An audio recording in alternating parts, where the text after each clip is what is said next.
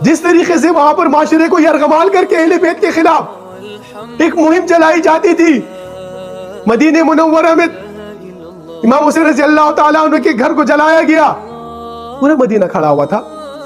تاریخ اٹھا کے دیکھیے، اب اس خسارے سے نکلنا ہے، آج ان لوگوں کے چہروں کو پہچاننا ہے جو اس وقت انسان کو خسارے میں لے کے گئے۔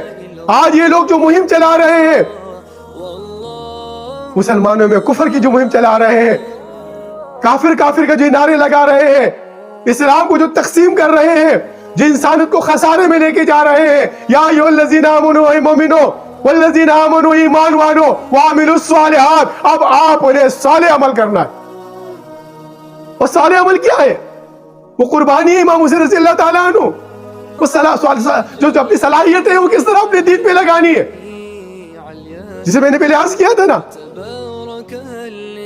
ہم جو قرآن میں بار بار نماز بار بار پڑھتے رہتے ہیں، ایاک نعبد و ایاک نستعین، اے اللہ ہم تیری بندگی کرتے ہیں، تو سے استناد مدد مانگتے ہیں۔ تو صالحین کے بعد کیا ہے؟ عامل صالحات۔ اب سورہ والعصر کو دیکھیں نا، والعصر ان الانسان لفی خسر الا الذین آمنوا وعملوا الصالحات وتواصوا بالحق وتواصوا بالصبر۔